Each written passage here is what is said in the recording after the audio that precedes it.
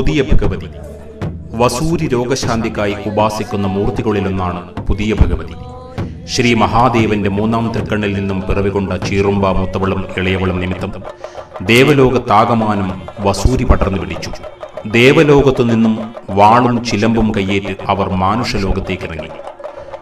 പട്ടേരിമാർക്കും രോഗം പടർന്നു പിടിച്ചപ്പോൾ 41 ദിവസം നീണ്ടു നിൽക്കുന്ന ഹോമം നടത്തുകയുണ്ടായി. 41-ാം ദിനം ഹോമകുണ്ടത്തിൽ നിന്നും പൊടിച്ചുണ്ടായ പൊന്മകൾ ദേവിദാനത്രേ പുതിയ ഭഗവതി.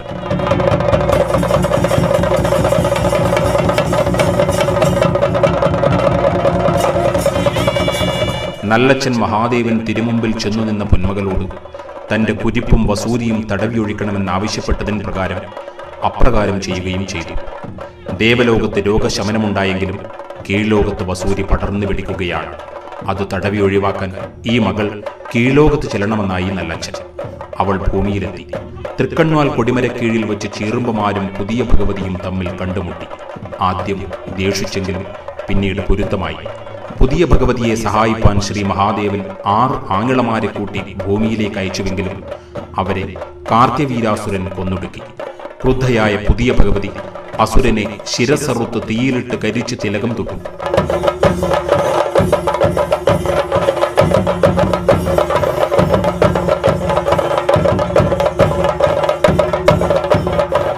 പ്രതികാര ദുർഗയായി മാറിയ പുതിയ ഭഗവതി വില്വാപുരം കോട്ട തീയരിച്ച് വടക്കുനിന്നും തെക്കോട്ടേക്ക് യാത്ര തിരിച്ചു. യാത്രക്കിടയിൽ പലയിടങ്ങളിലും പല പല ചെയ്തുകളും കാട്ടി. മാന്ത്രിക പാരമ്പര്യമുള്ള മടിയൻ, മൂലച്ചേരി എന്നീ തറവാടുകളിൽ ചെന്നു. മൂലച്ചേരി കുറുപ്പിനോട് ഹോമം വേണമെന്നാവശ്യപ്പെട്ടു. ഹോമത്തിൽ പറ്റിയ പിഴ തീർപ്പാനായിക്കൊണ്ട് കുറുപ്പ് തന്റെ പടിഞ്ഞാറ്റയിൽ ഭഗവതിക്ക് പീഠം നൽകി കുടിയിരുത്തി.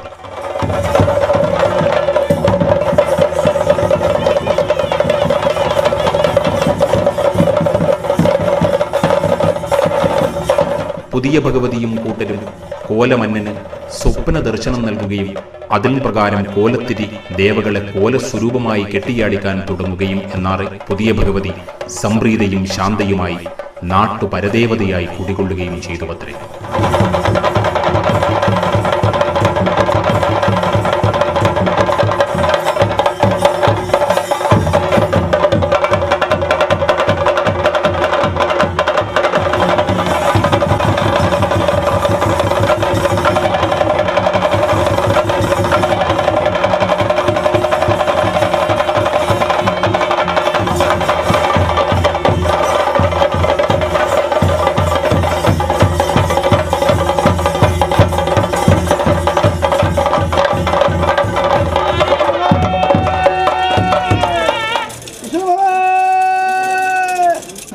സൂര്യൻ ഭാവ്യാധികളെ പാടുതിരുത്തുവാതൊക്കെ വേണം. കർശനമായിരിക്കും കർമ്മം ചെയ്യുന്ന കാലത്ത് നാളെ ദിവസം സമ്മതിച്ചിട്ടുണ്ടല്ലോ.